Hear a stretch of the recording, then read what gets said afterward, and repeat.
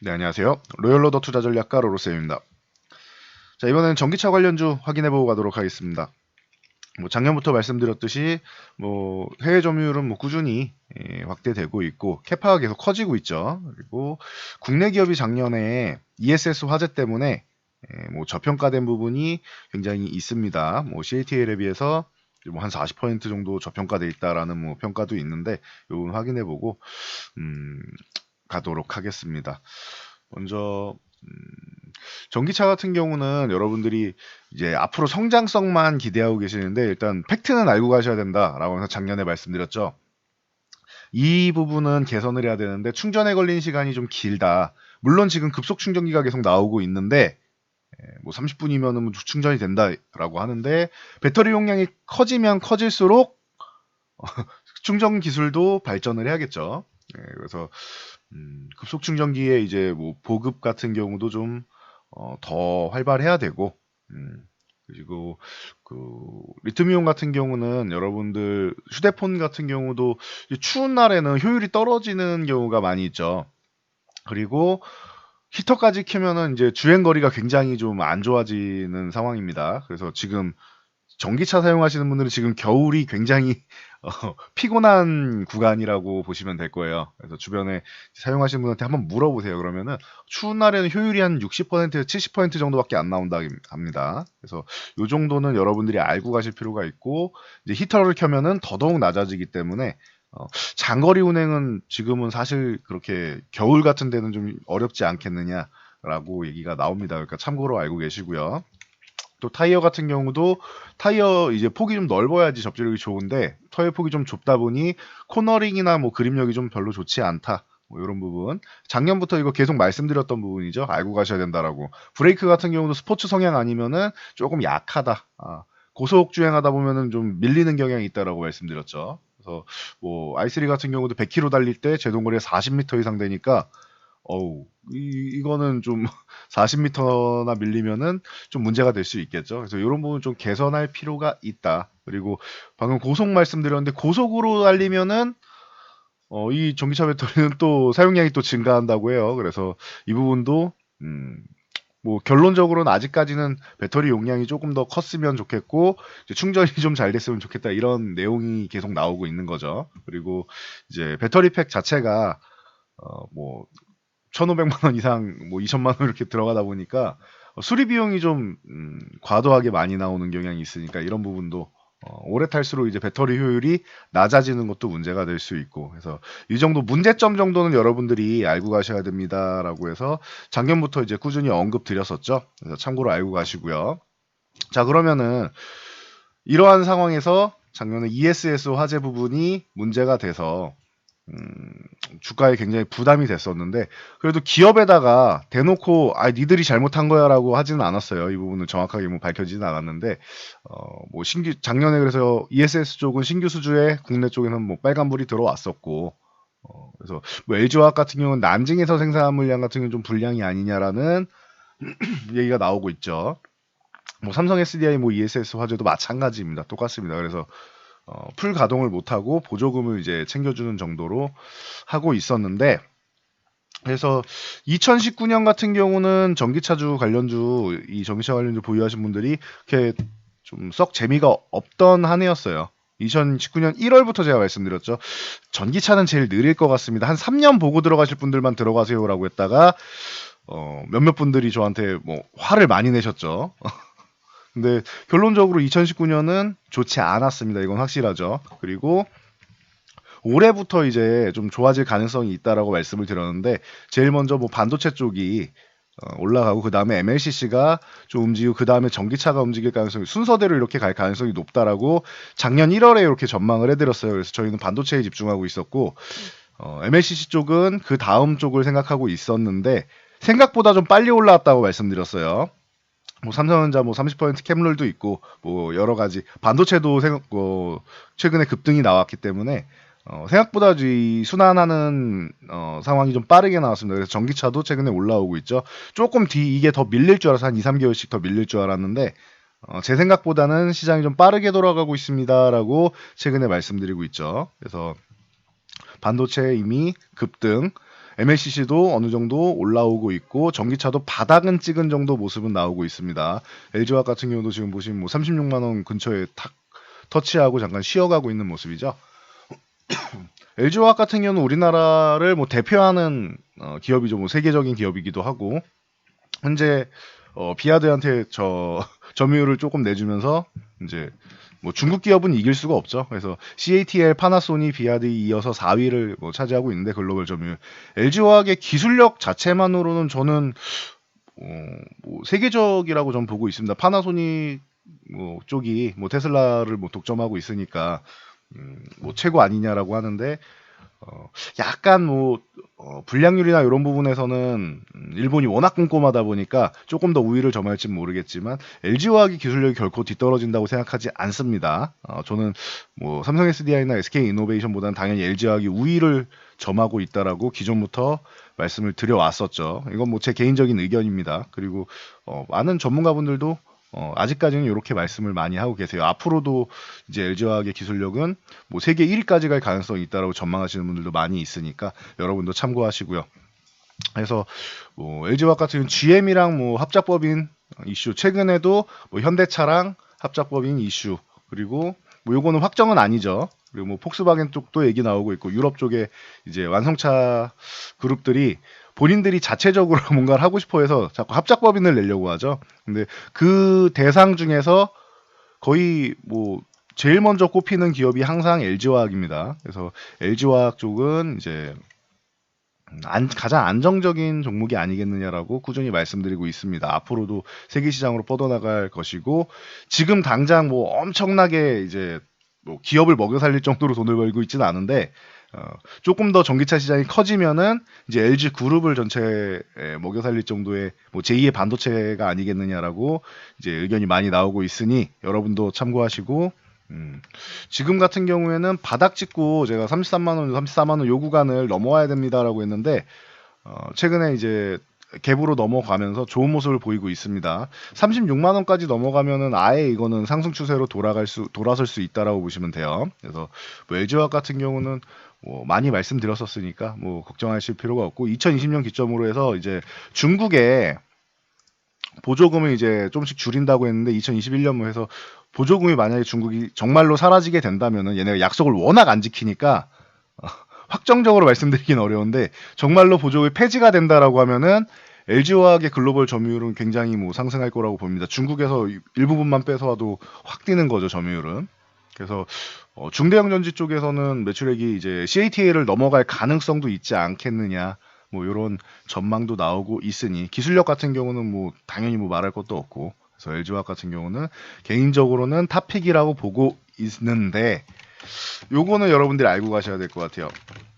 그 다음에 삼성 SDI 단기적으로 상승률 같은 경우는 삼성 SDI가 더 좋을 수 있습니다라고 제가 누누이 말씀드렸어요. 바이오 쪽에 바이오 시밀러 쪽에서 개인적으로 셀트리온을 굉장히 좋게 보지만 단기적으로 지금 상황에서 먼저 치고 가는 거는 삼성 바이오로지스일 가능성이 높습니다라고 말씀을 드렸죠. 이게 사법 리스크 쪽으로 해서 눌려있던 부분과 이제 삼성 바이오 에피스가 자회사죠. 에피스가 이제 흑자 전환되면서 턴어라운드 되면서 삼성 바이오로직스가 당장은 위로 올라갈 가능성이 높습니다. 저는 물론 셀트리온을 더 좋게 보지만 이거는 인정할 건 인정이. 내가 아무리 좋게 보는 기업이라도 지금 당장 주가 탄력이 좋은 기업이 있단 말이에요. 그럼 삼성바이오로직스가 주도주가 된다라고 말씀을 드린 거죠. 그래서 이렇게 말씀드린 것처럼 당장은 SDI가 더 좋을 가능성이 높다. 왜냐하면 LG화학은 이미 이만큼 기술력이 올라와 있는 거고 SDI는 제 기준에서는 LG화학만큼은 아직 못 올라와 있다라고 말씀드렸죠. 많이 따라붙었죠. 그래도 LG화학만큼은 아니다. 그러면은 그 둘 양사 간의 격차가 있으면 요거를 따라잡는 만큼 그리고 글로벌 시장이 커지는 만큼 SDI 쪽에서는 더 이제 뭐 매출이나 영업이익 쪽에 증대가 될 수 있다라고 보고 있습니다. 그래서 올해 예상 뭐 FM 가이드나 이런 예상 컨센서스 보면은 삼성 SDI 같은 경우는 이제 뭐 매출액이 17%대 17.53 이렇게 나오는데 약 예상이니까 17%대가 나오고 있고요. 플러스 영업이익이 95%대를 예상하고 있습니다. 증가하는 거예요. 95%나 엄청난 증가세를 예상하고 있죠. 근데 LG화학 같은 경우는 이미 많이 점유율이나 상승해 있기 때문에 매출액은 22% 증가하는데 영업이익은 57% 정도 증가를 예상을 해요. 그러다 보니 LG화학보다는 삼성 SDI가 당장 올해만 봤을 땐 성장성이 더 높은 게 아니겠느냐라는 투자자들의 판단이 있을 수가 있다. 그래서 주가 탄력은 삼성 SDI가 더 좋을 가능성이 높다라고 기존에 말씀드린 겁니다. 근거는 이렇게 나오는 거예요. 그러니까 참고해서 투자하시고요. SDI나 뭐 LG화학이나 지금 굉장히 뭐 좋은 모습 보이고 있는데 사실 지금 삼성 SDI 같은 경우는 들어가기는 참 부담스러울 정도로 밑에서부터 확 뛰어 올랐죠.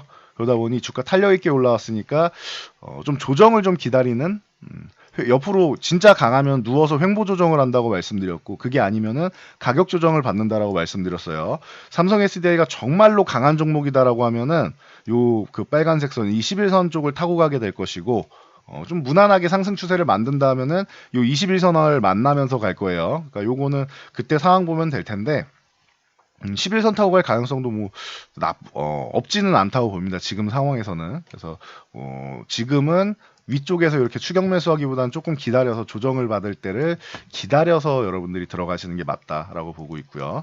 뭐 SK이노베이션은 넘어가겠습니다. 제가 순수하게 이 2차전지 배터리 쪽보다는 여기는 종합적인 에너지 기업이기 때문에 SK 뭐 이노베이션은 좀 넘어가고 제가 또 좋게 말씀드렸던 뭐 일진 머티리얼즈 같은 경우 기존부터 항상 뭐 탑픽으로 많이 말씀드렸던 게 일진 머티리얼즈랑 포스코 케미칼이죠.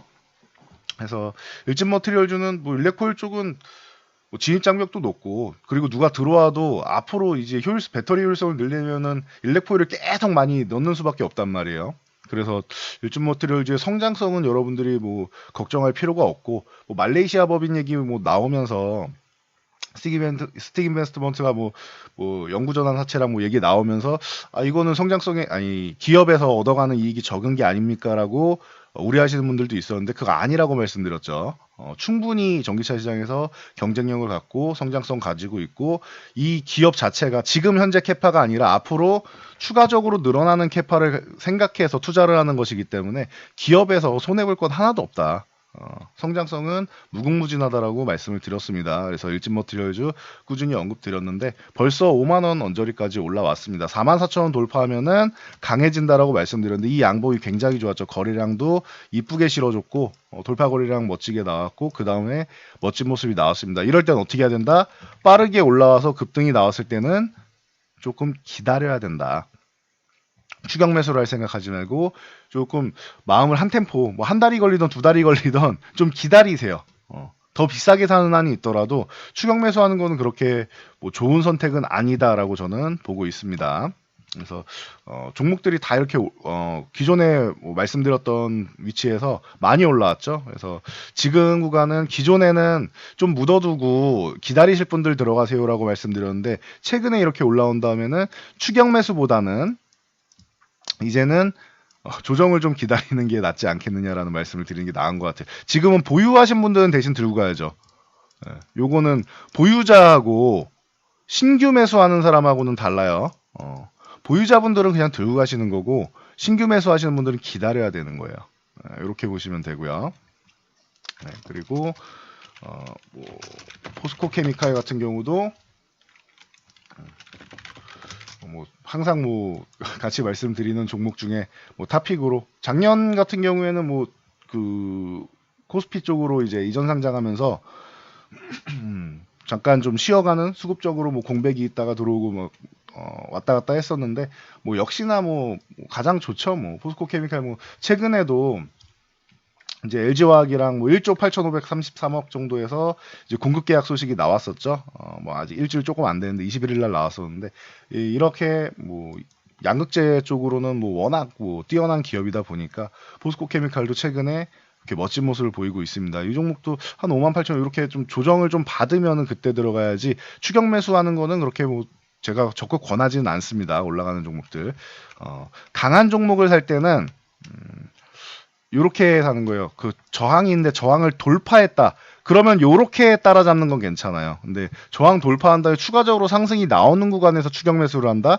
사실 그럼 위쪽으로 다음 저항을 바로 돌파하면 모르겠는데 저항을 한번 받는다라고 하면 먹을 게 아직가 별로 없어요. 그렇기 때문에 추격 매수보다는 조정 구간을 기다리거나 하는, 아니면 다음 저항을 돌파해서 좀 더 비싸더라도 그때 매수하는 게 주가 탄력이 좋다라고 말씀을 드리는 겁니다. 그래서 참고하시면 될 것 같고요. 이 외에도 뭐 많이 말씀드렸던 뭐 에코프로라던가 뭐 LNF라던가 뭐 신흥 SEC라던가 뭐 굉장히 많은 종목들이 있죠. 그래서 나머지 뭐 작은 종목들은 추후에 다시 한번 뭐 중소기업들은 좀 정리를 해드리도록 할게요. 여기는 제가 뭐 거의 기존에 말씀드렸던 가장 뭐 좀 크거나 아니면 대장격인 종목들을 설명드린 거니까 지금 구간에서 여러분들이 전기차 올라왔다고 제가 기존에 이렇게 많이 말씀드렸을 거예요. 시장에서 주도주를 매매를 해야지, 소외주 같은 경우는 반등이 나올 때 정리하셔야 됩니다. 이렇게 많이 말씀드렸는데, 전기차 같은 경우는 사실 소외주라고 하긴 어려운 것 같아요. 이거는 전기차는 소외주가 아니고, 이건 구분하셔야 되는 게, 소외주는 시장에서 외면받는, 앞으로 성장성이나 이런 부분이 좀 저해되는 쪽이 소외주인 거고, 전기차나 MLCC나 뭐 반도체 이런 쪽은 뭐 주도주가 될 가능성이 있고, 향후에 현재는 성장주라고 봐야 되는 거예요. 그러니까 소외주랑 헷갈리시면 안 돼요. 전기차 관련주는 소외주가 아닙니다. 단기적으로 반등 나와서 정리해야 되는 종목군이 아니다. 오히려 기존에 보유하고 계시는 분들은 물량을 잘 들고 가셔야 되는 구간이 아닌가. 대신 중장기적으로 봐야 된다고 했어요. 이 의견은 변함이 없어요. 전기차 관련, 2차 전지 관련주, 뭐 전기차 관련주들은 중장기적으로 여러분들이 보시는 게 옳은 선택이고, 단기적으로 승부를 보려고 하면은 좋지는 않아요. 그럴 거면 차라리 테마성 있는 수소차 관련주나 이런 쪽을 보시는 게 맞다고 저는 봅니다. 그렇기 때문에 중장기적인 투자의 관점으로, 투기의 관점으로 보는 게 아니에요. 투기가 나쁜 게 아니라고 했어요. 투기든 투자든 여러분들이 명확하게 알고 방법대로, 내 기법대로 잘 이행하시면 되는데, 투기는 여러분들이 잘 못 지키잖아요. 그러니까 투기는 뭐 자제하시라고 하는 거고, 잘하시는 분들 투기하면 되죠. 저도 뭐 안 해본 게 아닌데. 그리고 투자 같은 경우는 여러분들이 누구나 편안하게 수익을 낼 수 있는 게 투자의 개념이에요. 그래서 이런 전기차 쪽은 이제 투자의 개념을 들고 가는데, 또 이렇게 얘기했다고 전기차 쪽에다 나 100% 몰빵, 이렇게 집중 투자 이렇게 하시는 분들 나오면은 안 됩니다. 전기차 쪽은 들어가더라도 비중은 30% 이하인 것 같아요. 많아야 30%고 한 20%에서 30% 정도가 적당한 것 같아요, 지금. 왜냐하면 이쪽에 너무 많이 들어가면 주도주 쪽 섹터를 못 들어가잖아요. 지금 가장 주가 탄력이 좋은 쪽에다가 비중을 많이 실어야지. 굳이 아무리 성장주라고 해도 이쪽에다가 100%를 비중을 넣을 필요는 없는 것 같습니다. 가장 효율적으로 자금을 운영을 해야죠. 여러분들이 외국인들처럼 막 조 단위로 움직일 수 있는 게 아니니까 자금은 효율적으로 운영을 하는 게 좋다. 그렇기 때문에 주도주 중심의 포트폴리오를 짜되 여기에 성장주를 가미시키는 정도라고 생각하면 돼요. 양념 정도라고 생각하시면 돼요. 포트폴리오의 메인은 여전히 주도주다. 이 개념까지만 알고 가시면은 도움이 되실 거라 생각합니다. 자, 오늘은 여기까지 하고 물러가도록 하겠습니다. 여러분들의 좋아요와 댓글은 제 영상에 큰 도움이 됩니다. 그리고 영상 잘 참고해서 모두 성공 투자하시고 연휴 마무리 잘 하시기 바랍니다.